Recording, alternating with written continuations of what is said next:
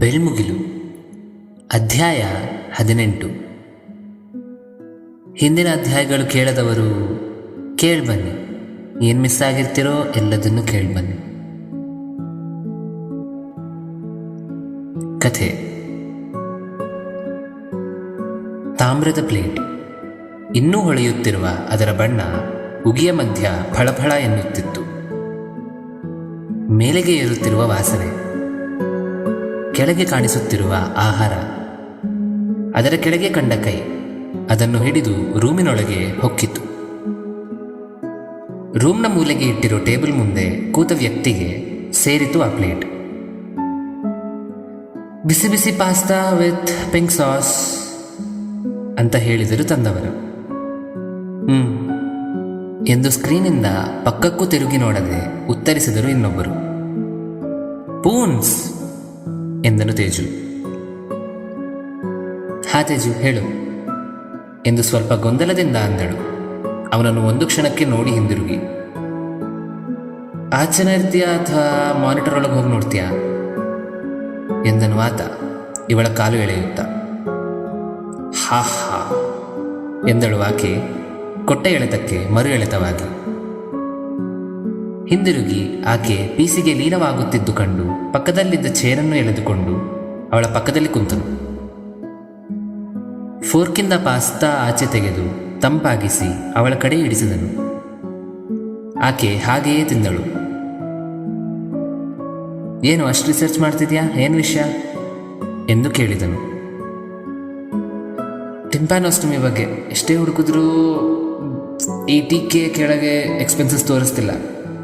ಅವಳೇನೋ 60-70 ಅಂತಿದ್ದಾಳೆ.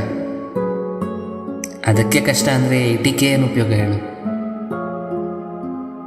ಯಾರಿಗೆ ಟಿಂಪಾನೋಸ್ಟಮಿ, ಯಾರಿಗೆ ಕಷ್ಟ, ಏನಾಗ್ತಿದೆ? ಶ್ರವಣ್ಗೆ ಏನೋ ಇಯರ್ ಇನ್ಫೆಕ್ಷನ್ ಅಂತೆ. ಮಾಸ್ಟೋಡೈಟಿಸ್. ಓ, ನಮ್ಮ ಕ್ಲಿನಿಕ್ಕಲ್ಲಿ ಅದಕ್ಕೆ ಬೇಕಾದ ಫೆಸಿಲಿಟೀಸ್ ಇಲ್ವೇ? ಇದ್ದಿದ್ರೆ ನಾವೇ ಹೇಗೋ ಮಾಡಿಸ್ಬೋದಿತ್ತು. ಕಲ್ಪನಾ ಆಲ್ರೆಡಿ ಎಲ್ಲೋ ಮಾತಾಡಿದಾಳೆ ಅಂತಿದ್ಯಲ್ವಾ, ಅಲ್ಲೇ ಮಾಡಿಸಿ. ಪೂರ್ಣ ಮಾನಿಟರ್ನ ಬಿಟ್ಟು ಇವನ ಕಡೆ ತಿರುಗಿ ಅವನ ಕೈಯಲ್ಲಿದ್ದ ಫೋರ್ಕ್ ತೆಗೆದುಕೊಂಡು ಅವನಿಗಾಗಿ ಪಾಸ್ತಾ ತೆಗೆದು ತಿನ್ನಿಸಿದಳು. ತಿನ್ನಿಸುತ್ತಾ, ಪಿಂಕ್ ಸಾಸ್ ನಿನಗಿಷ್ಟನಾ ಎಂದು ಕೇಳಿದಳು. ಆತ ತಿನ್ನುತ್ತಾ ಮಾತನಾಡಲು ಆಗದೆ ತಲೆ ಆಡಿಸಿದನು. ಈಕೆ ಮೆಲ್ಲಗೆ ನಕ್ಕಿ, ನಂಗೆ ವೈಟ್ ಸಾಸ್ ಇಷ್ಟ, ಇದು ಅಷ್ಟಕ್ಕಷ್ಟೇ ಎಂದಳು. ತೇಜು ಓ ಎಂದು ಮುಖ ಕೆಳಕ್ಕೆ ಇಳಿಸಿದನು. ಅಡಿಗೆ ಮಾಡಲು ಆತನಿಗೆ ಸಿಗುವ ಅವಕಾಶ ಕಡಿಮೆ ಕೆಲಸದಿಂದ. ಅದಕ್ಕೆ ಕುಕ್ನ ಇಟ್ಟುಕೊಂಡಿದ್ದರು. ಈಗ ಇಷ್ಟವಾಗುವುದೆಂದು ಮಾಡಿರಬೇಕು ಆತ. ಆಕೆಗೆ ಅಷ್ಟೊಂದು ಇಷ್ಟವಿಲ್ಲದ್ದು ಕಂಡು ಸ್ವಲ್ಪ ಬೇಸರಗೊಂಡಿರಬೇಕು ಎಂದು ತೋಚಿತು ಅವಳಿಗೆ. ಅವನ ಕೈ ಹಿಡಿದು, ಆದರೆ ನೀನು ಮಾಡಿದ್ದು ಚೆನ್ನಾಗಿದೆ, may be I should change my ಟಾಂಗ್ ಎಂದಳು ಅವನ ಕಣ್ಣಲ್ಲಿ ಕಣ್ಣಿಡುತ್ತ. ಅವನ ಮುಖ ಸ್ವಲ್ಪ ಬೆಳಗಿತು. ಸ್ವಲ್ಪ ಸಮಯ ಅವರಿಬ್ಬರ ಮಧ್ಯ ಮಾತುಕತೆ ನಡೆದಿಲ್ಲ. ಅವರ ಯೋಚನೆಗಳಲ್ಲಿ ಅವರಿದ್ದು ಬಿಸಿ ಬಿಸಿಯ ಪಾಸ್ತಾ ಸೇವನೆ ಮಾಡುತ್ತಾ ಇದ್ದರು. ಕಿಟಕಿಯ ಆಚೆ ಗಾಳಿಯ ಶಬ್ದ ಪೂರ್ಣನ ಹೃದಯದ ಬಡಿತಕ್ಕೆ ಸರಿಸಮಾನವಾಗಿತ್ತು. ಆ ಬಡಿತದ ಜೋರು ಕೇಳದಿದ್ದರೂ ಹೇಳದಿದ್ದರೂ ತಿಳಿಯುತ್ತಿತ್ತು ತೇಜುವಿಗೆ. ಆದರೆ ಆತನಿಗೆ ಅವಳು ಅದರ ಬಗ್ಗೆ ಹೇಳುವುದರವರೆಗೂ ಮಾತನಾಡಲು ಇಷ್ಟವಿರಲಿಲ್ಲ. ಅದರ ಪರಿಣಾಮವಾಗಿ ಮೌನ ಅವರಿಬ್ಬರ ಮಧ್ಯ ಸೌಖ್ಯವನ್ನು ನೀಡುತ್ತಿದ್ದರೂ ಭೇದಿಸಲು ಪ್ರೇರೇಪಿಸುತ್ತಿತ್ತು. ಸ್ವಲ್ಪ ಸಮಯದ ನಂತರ ಇನ್ನೊಂದು ತುತ್ತು ಇಡಲು ಹೋದಾಗ ಆಕೆ, ನಿಂಗೆ ಗೊತ್ತಾ ತೇಜು, ಕಲ್ಪನಾ ನನಗೆ ಎಷ್ಟು ವರ್ಷಗಳಿಂದ ಗೊತ್ತು ಅಂತ ಎಂದು ಕೇಳಿದಳು. ಗೊತ್ತಿಲ್ಲವೆಂದು ತಲೆ ಆಡಿಸಿದನು ಆತ. ಮೆಲ್ಲಗೆ ಸ್ಪೂನ್ ಕೆಳಗಿಟ್ಟು ಕೇಳಿಸಿಕೊಳ್ಳಲು ಆರಂಭಿಸಿದನು. ನಿಂಗೆ ಈ ಟಿವಿಯಲ್ಲಿ ಬರ್ತಿದ್ದ ಯದ್ವತದ್ವ ಶೋ ನೆನಪಿದ್ಯಾ? ಅದು ಶುರುವಾಗಿದ್ದ ದಿನ ಮೊದಲಾಯ್ತು ನಮ್ಮ ಫ್ರೆಂಡ್ಶಿಪ್.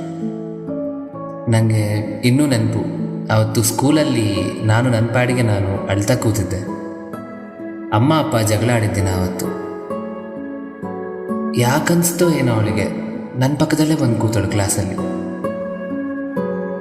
ನಾನು ಅಳ್ತಿದ್ದೀನಿ ಅಂತ ನಿಲ್ಸಕ್ಕೆ ನೋಡಿಲ್ಲ, ಹಾಗಂತ ಇಗ್ನೋರ್ ಮಾಡಿಲ್ಲ. She just let me feel my emotions without making me feel lonely. ಒಂದು ಕಡೆ ಕ್ಲಾಸ್ ನಡೀತಿದೆ, ಟೀಚರ್ ನೋಡಿದ್ರೆ ಬೈತಾರೆ ಅಂತ ಅವಳ ಕ್ಲಾಸ್ ವರ್ಕ್ ಜೊತೆ ನಂದು ಬರೆದುಕೊಟ್ರು. ನಂದು ಯಾಕೆ ಬರೀತಿದ್ಯಾ ಅಂತ ಅವಳ ಕಡೆ ನೋಡಿದ್ರೆ ಶಿ ಗೇವ್ ದಿಸ್ ಸ್ಮೈಲ್. ಆ ಸ್ಮೈಲ್ ನನ್ನ ಜೀವನದಲ್ಲಿ ಮರೆಯೋಕ್ಕಾಗಲ್ಲ. ಪೂರ್ಣ ಹೇಳುವುದನ್ನು ಒಂದು ಕ್ಷಣ ನಿಲ್ಲಿಸಿದಳು. ತೇಜು ಆಟಂಕವನ್ನು ಕೇಳಿ ತಲೆ ಎತ್ತಿ ನೋಡಿದನು. ಪೂರ್ಣ ಎಲ್ಲೋ ನೋಡುತ್ತಾ ತನ್ನಲ್ಲಿ ತಾನು ನಗೆದುಕೊಳ್ಳುತ್ತಿದ್ದಳು. ಆಕೆಯ ಯೋಚನೆಗಳ ದಾರವನ್ನು ಮುರಿಯಲು ಬಯಸಿಲ್ಲ ಅವನು. ಹರಿಯಲು ಸಮಯದ ಮೂಲಕ ಅವಕಾಶ ನೀಡಿದನು. ಪೂರ್ಣ ಹಾಗೆಯೇ ಮೇಲೆ ನೋಡುತ್ತಾ, ಅವತ್ತು ಅಷ್ಟು ಅತ್ತ ಮೇಲೆ ನನಗೆ ಮನೆಗೆ ಹೋಗೋಕ್ಕಿಷ್ಟ ಇರಲಿಲ್ಲ. ಕಲ್ಪನಾ ತನ್ನ ಮನೆಗೆ ಕರ್ಕೊಂಡು ಹೋದ್ಲು. ಆ ದಿನ ಅವರಮ್ಮ ಮಾಡಿದ ಬಜ್ಜಿ ತಿನ್ಕೊಂಡು ಎಲ್ಲರ ಜೊತೆ ಕೂತು ಯದ್ವ ತದ್ವ ನೋಡ್ತಿದ್ರೆ ನನಗೆ ಫ್ಯಾಮಿಲಿ ಅನ್ನೋ ಅನುಭವ ಆಗೋಕ್ಕೆ ಕ್ಷಣಕ್ಕಿಂತ ಹೆಚ್ಚು ಬೇಕಾಗಿರಲಿಲ್ಲ. She was family at that moment. She is family. ನನಗೆ ಒಂದು ಸಿಸ್ಟರ್ ಇರಬೇಕಿತ್ತು ಎನ್ನುವ ಆಸೆಯನ್ನು ಪೂರೈಸಿದ್ಲು ಆಕೆ. She was everything to me. ನನಗಾಗಿ ಎಷ್ಟೊಂದು ಮಾಡಿದ್ದಾಳೆ. ಎಷ್ಟು ಅಂತ ನನಗೂ ಸಹ ಗೊತ್ತಿಲ್ಲ. ಪ್ರಾಬಬ್ಲಿ ಎಷ್ಟೋ ಸ್ಯಾಕ್ರಿಫೈಸಸ್ ಕೂಡ ಮಾಡಿರಬೇಕು. ನನ್ನನ್ನು ಜಸ್ಟ್ ನೋಡಿ ನಾನು ಹೇಗಿದ್ದೀನಿ ಅಂತ ತಿಳ್ಕೊತಾಳೆ. ನಾನು ಏನನ್ನೂ ಹೇಳೋ ಅವಶ್ಯಕತೆ ಕೂಡ ಇಲ್ಲ. ಅಷ್ಟೇ ಯಾಕೆ, ನನ್ನ ಮನಸ್ಸಲ್ಲಿ ಏನು ನಡೀತಿದೆಯೋ ಕೂಡ ಹೇಳ್ದೇನೆ ಗೊತ್ತಾಗುತ್ತೆ ಅವಳಿಗೆ. ಆ ಥರದ ಜೆಮ್ ಅವಳು. ಅಂಥ ಅವಳಿಗೆ ಇಷ್ಟು ಪ್ರಾಬ್ಲಮ್ಸ್ ಬಂದಿದ್ರೆ ನಾನು ಅವಳ ಜೊತೆ ಇರೋದು ಬಿಡು, ಅಟ್ಲೀಸ್ಟ್ ಏನು ನಡೀತಿದೆ ಅಂತಲೂ ಗೊತ್ತಿರಲಿಲ್ಲ. ಅವಳ ಥರ ಮೈಂಡ್ ರೀಡಿಂಗ್ ನಂಗೆ ಬರಲ್ವಲ್ಲ, ಏನು ಮಾಡಲಿ? ಮಾತು ನಿಂತದ್ದು ನೋಡಿ ತೇಜು ಗಮನಿಸಿ ನೋಡಿದ. ಆಕೆಯ ಅಕ್ಷಿಗಳ ಮುತ್ತುಗಳು.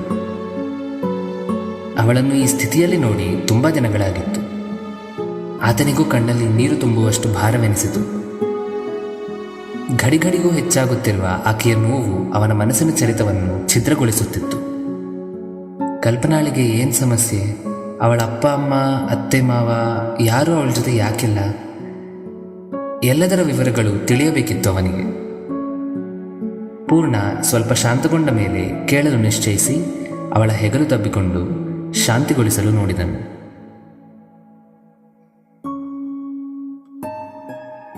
ಸೊ ಬರುವ ಅಧ್ಯಾಯದಲ್ಲಿ ತೇಜು ಜೊತೆ ನಾವು ಕತೆ ಕೇಳೋಣ ಏನಾಗುತ್ತೆ ಅಂತ. ಮುಂದಿನ ಅಧ್ಯಾಯಕ್ಕಾಗಿ ಚೂರು ವೆಯ್ಟ್ ಮಾಡಿ, ಬರುತ್ತೆ. ಹೆಸರು ನೆನಪಿದೆಯಲ್ಲ? ನೆನಪಿರಲೇಬೇಕು ಇಷ್ಟರಲ್ಲಿ. ಬೆಳ್ಮುಗಿಲು. ನನ್ನ ಹೆಸರು ವಂಶಿ. ಜೈ ಶ್ರೀರಾಮ್.